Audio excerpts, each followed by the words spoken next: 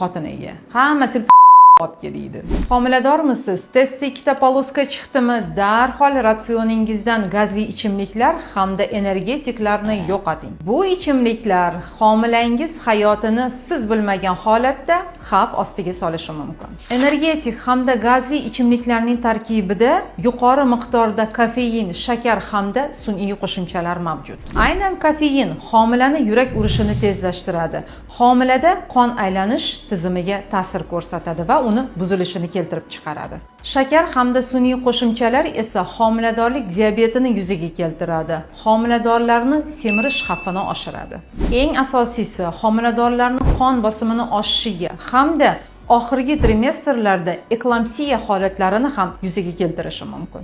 Shunday ekan, go'zal homilador qizlarimiz, tinimsiz turmush o'rtog'ingizga qo'ng'iroq qilib, gazli ichimliklar hamda energetiklar olib keling deb bezovta qilmang.